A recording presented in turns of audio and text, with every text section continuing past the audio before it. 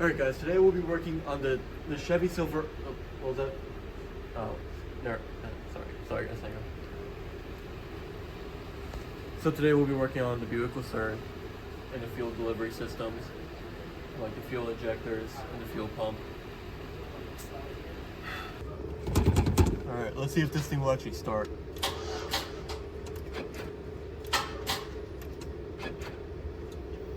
We're gonna need that jumper pack.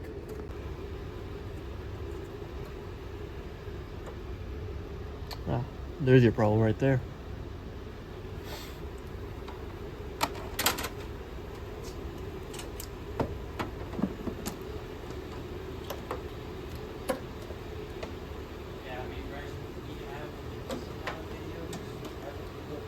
We're going to be needing that jumper pack a lot.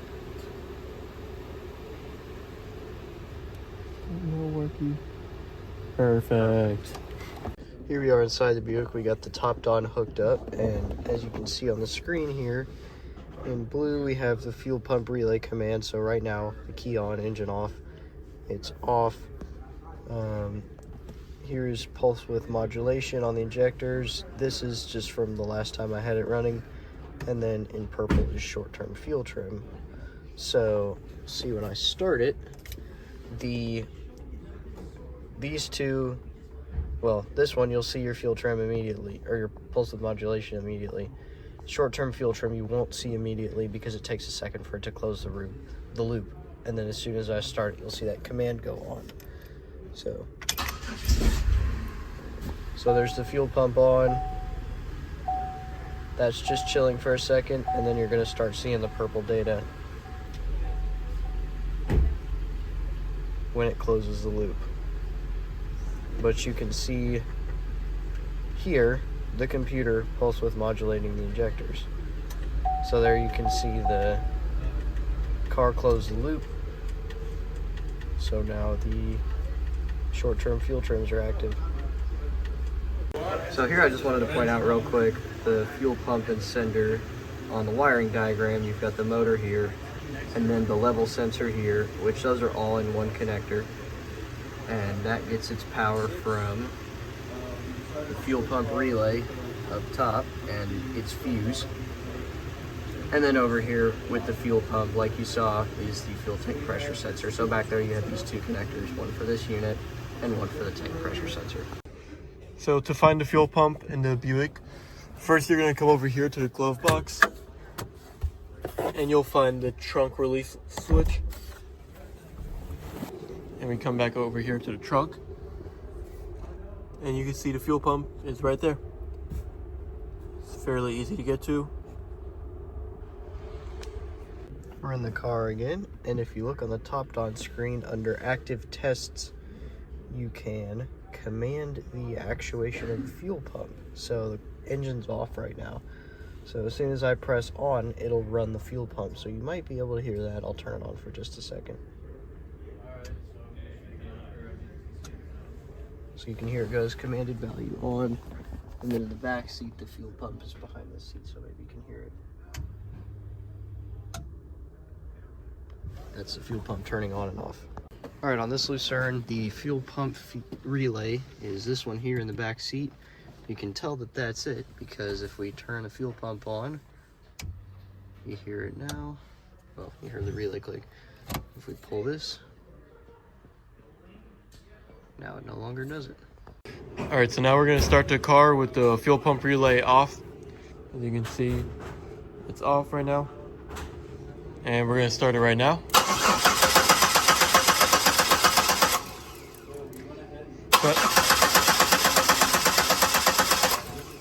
So as you can see, the engine does not start because the fuel pump isn't giving it any pressure.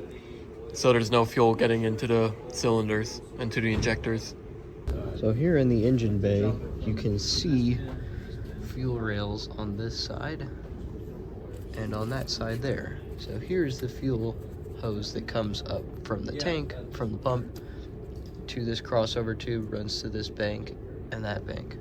And there is no, if you look along the rails, there is no pressure relief valve. That's because if we look at all data over here, it says the fuel system is a returnless on-demand design. The fuel pressure regulator is part of the fuel sender assembly.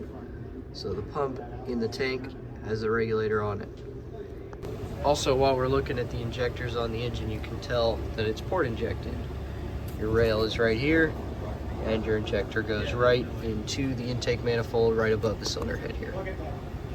So to drain the fuel system pressure, it says to take your fuel system, your fuel pressure gauge there, and install it onto that fitting, which is this little Schrader valve fitting here. Come on, focus.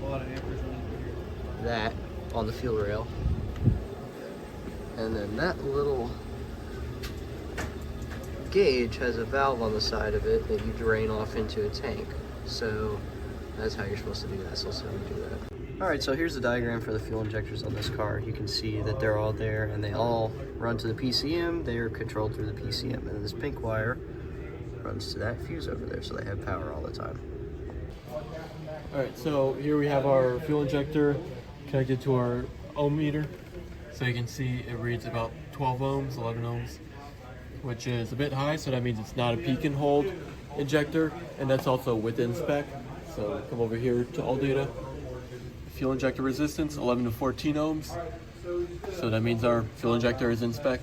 Alright, so here, right here we got the meter hooked up to a piece of ground, and then we're pinned into the power on the fuel injector, which is hot in run or start. So the car is in run right now, and you want to be careful not to let this touch ground because this is positive battery voltage. If you look right here, 12 volts.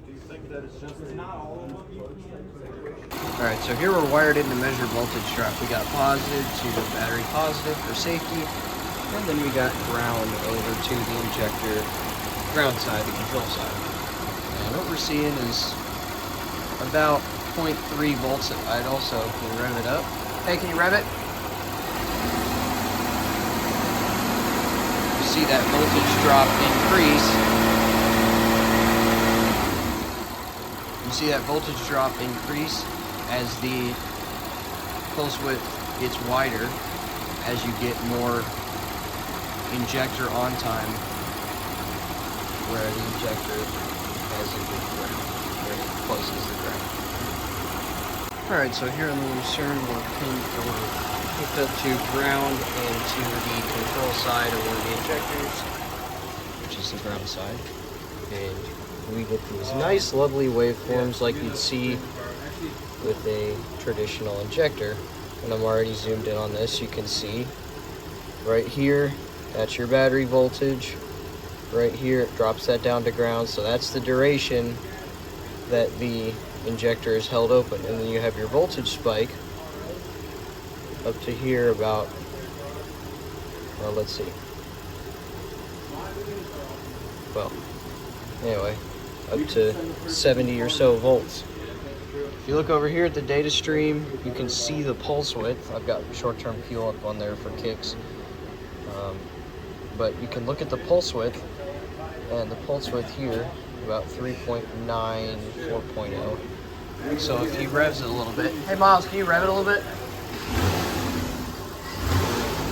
You can see the change in that pulse width is the duration that it's holding the injector open for.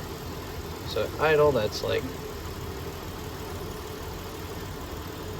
and if we look over here, you can see when he was revving it, the pulse width goes way up, and then as he lets off, it drops down. Alright, if we actually zoom in way on it and measure the pulse width from my little ruler here, it's right at about 3.008, which if you look at that, does not correlate. Pulse width is not the same. So I think somehow it's measuring, well, let's see,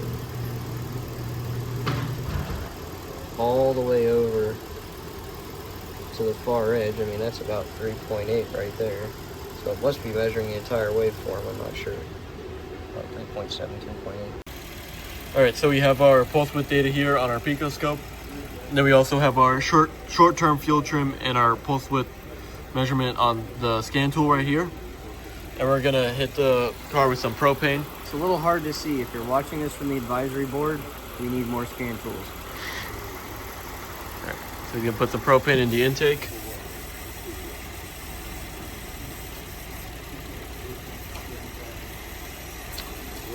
So as you can see, the pulse width decreases, so it means less fuel is being distributed.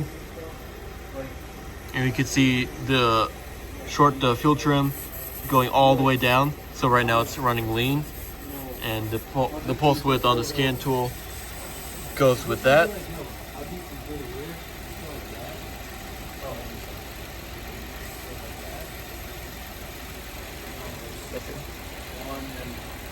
All right, and then we'll watch it now he stopped putting propane in it, and we'll watch it increase. Yeah. You can see that the pulse width correlates with this decrease in pulse width, and the short-term fuel trim kind of goes crazy. It went super lean to more than minus 12%, and now it goes back, it compensates way rich, so it's just running rich for a minute and then it'll cancel out.